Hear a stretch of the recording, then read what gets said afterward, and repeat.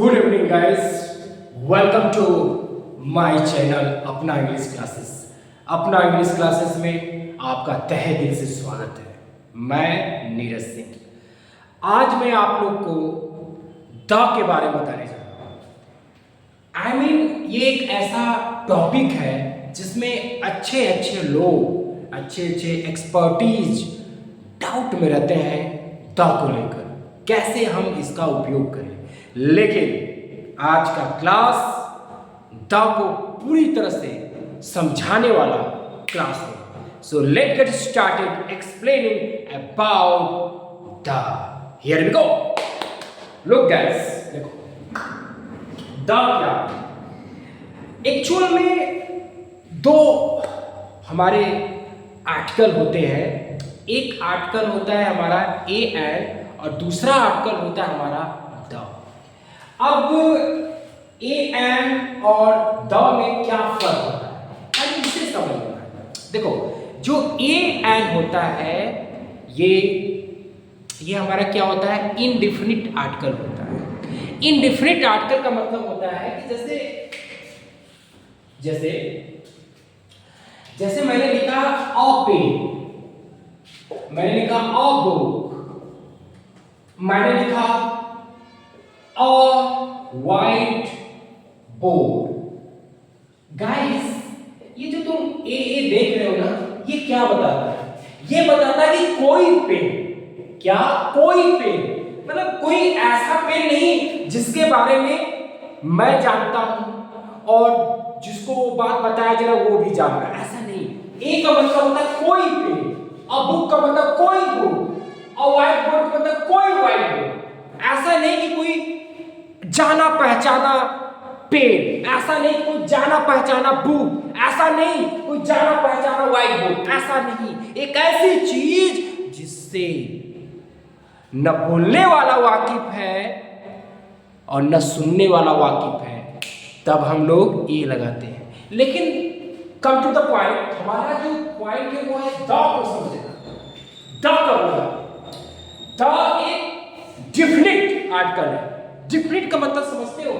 एक ऐसी चीज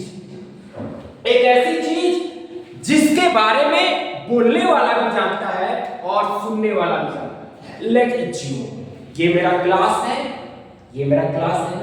अब क्लास में बच्चे आते हैं और इस क्लास का मैं भी हिस्सा हूं। बच्चे भी इस व्हाइट बोर्ड को रोज देख रहे हैं, मैं भी इस व्हाइट बोर्ड को रोज देख रहा हूं।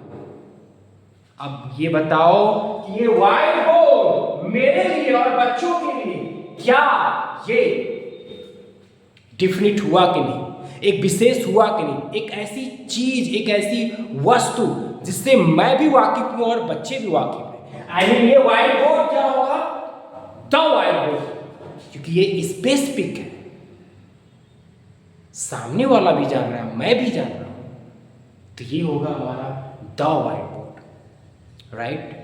अगर कोई अनजाना आदमी इस सड़क से चलकर मेरे इंस्टीट्यूट में आ जाए और वो इंटर ऐसे करे और ये व्हाइट बोर्ड को देखे, तो वो द व्हाइट बोर्ड नहीं बोलेगा, अ व्हाइट बोर्ड बोलेगा। क्यों ऐसा? क्योंकि वो इस व्हाइट बोर्ड से परिचित नहीं है। Got it? ये फर्क होता है ए एन और द में। Got it? समझ रहे हो ये बात मैं जो बता रहा हूं आपको? लो, मैंने लिखा है कि प्रयोग कब करते हैं। देखिए, प्रयोग कब करते हैं बेटा, स्थिति में दे रखा हूं। खास व्यक्ति, वस्तु, खास जगह या चीज, कुल मिलाकर चीज हो, जगह हो, वस्तु हो, व्यक्ति, चाहे जो भी चीज हो, अगर आप उससे परिचित हो और सामने वाला भी उससे वो परिचित है, तो हम लोग द लगाते हैं। बात साफ। अगर मैं परिचित नहीं हूं, सामने वाला परिचित नहीं है, तो मैं द नहीं लगाऊंगा, राइट। अगर क्लास में कोई बैठा है तो मैं ये नहीं कहूंगा कि टर्न ऑफ अ फैन, मैं बोलूंगा टर्न ऑफ द फैन। क्यों? क्योंकि वो भी परिचित है, मैं भी परिचित हूं कि क्लास में 2 पंखे हैं, तो उसी की बात हो रही है ना। तो मैं बोलूंगा टर्न ऑफ द फैन, मैं बोलूंगा टर्न ऑफ ऑफ फैन नहीं, turn off the fan. Got it? Point समझो इस चीज को कि क्या द है। द किसी चीज को ऐसे व्यक्त करा देता है जैसे कि उस चीज से हर कोई वाकिफ है, हर कोई उसको जानता है, समझता है। द का काम मतलब यही है। अब अगर तुम द का हिंदी ढूंढो, क्या हिंदी मतलब होता है, तो द का क्या हिंदी निकालो? कोई द का हिंदी मतलब नहीं होता है। बस द लगने से ये मालूम हो जाता है कि हर कोई उससे वाकिफ है, हर कोई उसको जान रहा है, बोलने वाला और सुनने वाला, हर कोई वाकिफ है। बस इतना है। चीज़ों को विशेष बनाने के लिए हम लोग द का प्रयोग करते हैं। क्यों हम द लगा रहे हैं? क्योंकि मुझे मालूम है उस चीज़ के बारे में, उसे मालूम है उस चीज़ के बारे में, इसलिए द। ये चेयर है, ये चेयर है। अब मैं क्या कहूँ इसको मैं क्या कहूँगा? द चेयर है और चेयर। लुक गाइस, यहाँ दोनों सिचुएशन हो सकता है, और चेयर भी हो सकता है, द चेयर भी हो सकता है। लेकिन मैं तो अच्छे से वाकिफ हूँ ना, तो मैं तो इसको द चेयर ही बोलूँगा, और चेयर को बोलूँगा। Got it? मैं क्यों बोलूँगा? राइट? अगर मेरे क्लास में बच्चे हैं, वो इस चेयर को रोज देख रहे हैं, मैं क्यों बोलूँगा अ चेयर? मैं तो द चेयर ही बोलूँगा ना। Got it? बस यही चीज़ है द, और कुछ नहीं है। उसके बाद द के कुछ और विशेष नियम होते हैं, वो जानना है। मोटी मोटा अभी जो मैं एक्सप्लेन किया उसको समझो आप, उसको आप समझो। Got it? ये जहां पेन है, जहां बुक है, वहां पे द भी हो सकता है। Got it? कोई स्पेसिफिक पेन हो सकता है, कोई स्पेसिफिक बुक हो सकता है, राइट? कोई स्पेसिफिक व्हाइट बोर्ड हो सकता है, राइट? जैसे मैंने बोला, Mohit get the book, Mohit get a book. अब इसका क्या मतलब? मोहित किताब ला, दोनों का मतलब यही हुआ, मोहित किताब ला। तो अब ये समझना है कि एक में मैंने बोला गेट अ बुक, एक में बोला गेट द बुक। इसमें फर्क ये है कि जो मोहित है, जब मैंने द से बोला तो इसका मतलब उस बुक के बारे में मोहित जान रहा है, जिस बुक को मैं कह रहा हूं लाने के लिए, इसलिए मैंने बोला मोहित गेट द बुक। लेकिन जब मैंने बोला गेट अ बुक, इसका मतलब ये हुआ कि जिस बुक को मोहित लाएगा उस बुक को वो नहीं जान रहा है, राइट? कोई वो बुक लाएगा, कोई भी वो बुक ला देगा, राइट? ये नहीं कि कोई उसका जाना हुआ, मेरा जाना हुआ बुक लाएगा, नहीं, वो कोई भी बुक ला देगा। ये फर्क होता है। चलिए खैर कोई बात नहीं, आगे बढ़ते।